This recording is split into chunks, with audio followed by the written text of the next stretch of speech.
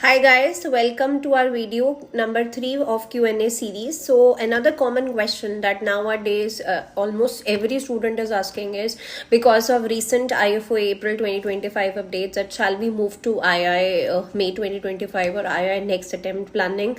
Reason being because of the issues or the latest updates of IFO. So see, if you want to move to II because you want to take advantage of multiple attempts, or you want to go for MCQs, or you feel that your mostly exams are from II, so it's better to move now to II only, then definitely go ahead with that.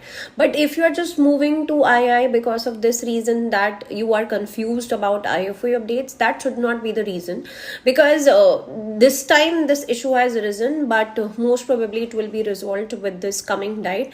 So see, the reasons for moving to II should be to take advantage of their exam pattern as of now, and to take advantages of the multiple attempts, but the result and passing percentage are almost similar of both the societies.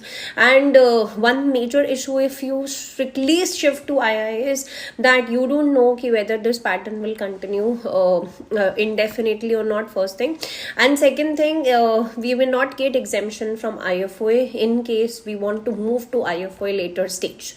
So you should be open for both the societies, see which all exams you are left with, and plan your exams effectively based on your preparation, and then decide your society.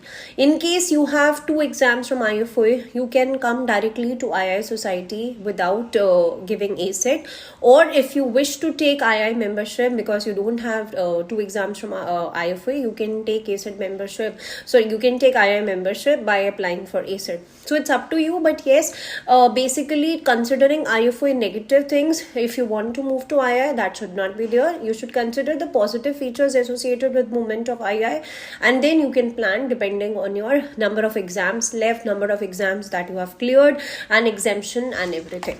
So stay tuned for further more updates and questions coming to your way. Thank you.